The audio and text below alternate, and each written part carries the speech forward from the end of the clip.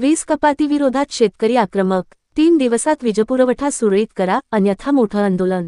उन्हाळ्याच्या पार्श्वभूमीवर कृषी पंपांचा वीज पुरवठा 8 तासांवरून 6 तासांवर आणल्याच्या निर्णयाविरोधात कागल तालुक्यातील सिद्धनेरली परिसरातील शेतकरी आक्रमक झाले आहेत.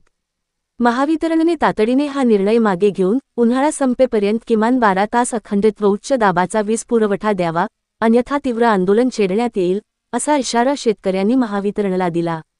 सिद्धनेरली येथे महावितरणचे सहाय्यक अभियंता सागर कांबळे यांना निवेदन देण्यात आले. यावेळी कॉम्रेड शिवाजीराव मगदुम यांनी शेतकऱ्यांच्या समस्या मांडताना सध्याच्या कडक उन्हामुळे पिकांना मोठ्या प्रमाणात पाण्याची गरज असल्याचे सांगितले. अशा परिस्थितीत वीज पुरवठ्याचे तास कमी करणे म्हणजे शेतकऱ्यांवर अन्याय असल्याचा आरोप त्यांनी केला.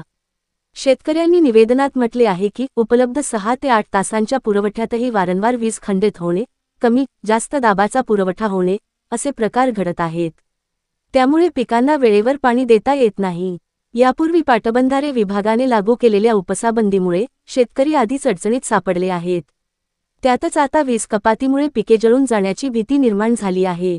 यावेळी शेतकऱ्यांनी स्मार्ट मीटर धोरणालाही विरोध दर्शविला. ग्राहकांच्या परवानगीशिवाय स्मार्ट मीटर बसवू नयेत, तसेच खाजगी कंपनीचा ठेका असताना महावितरण कर्मचाऱ्यांकडून हे काम का करून घेतले जात आहे, असा सवाल उपस्थित करण्यात आला. यावर सहाय्यक अभियंता सागर कांबळे यांनी या भागात सोलर प्रकल्प कार्यरत असल्याने सध्या 8 तास वीज उपलब्ध राहील, तसेच वीज खंडित झाल्यास तो कालावधी भरून काढण्याबाबत वरिष्ठ पातळीवर प्रयत्न करण्यात येतील, असे आश्वासन दिले.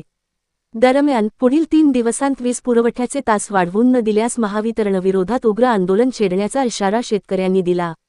यावेळी लाल बावटा संघटनेचे जिल्हा सेक्रेटरी कॉम्रेड शिवाजीराव मगदुम, स्वाभिमानी शेतकरी संघटनेचे तानाजी मगदुम, युवराज निकम, शिवाजी घराळ, पंडित पोवार, अनिल पाटील, गणेश उर्फ बाबूराव पाटील, यशवंत पाटील, गणपती पाटील, दादा पाटील, सुभाष मगदुम, बाबूराव मगदुम, तानाजी चौबुले, सुरेश मगदुम, के.डी. पाटील, दशरथ पाटील, बाबजी मगदुम, शिवाजी लोहार, पिंटू पाटील, नंदकुमार मगदुम, शामराव पाटील यांच्यासह परिसरातील शेतकरी उपस्थित होते.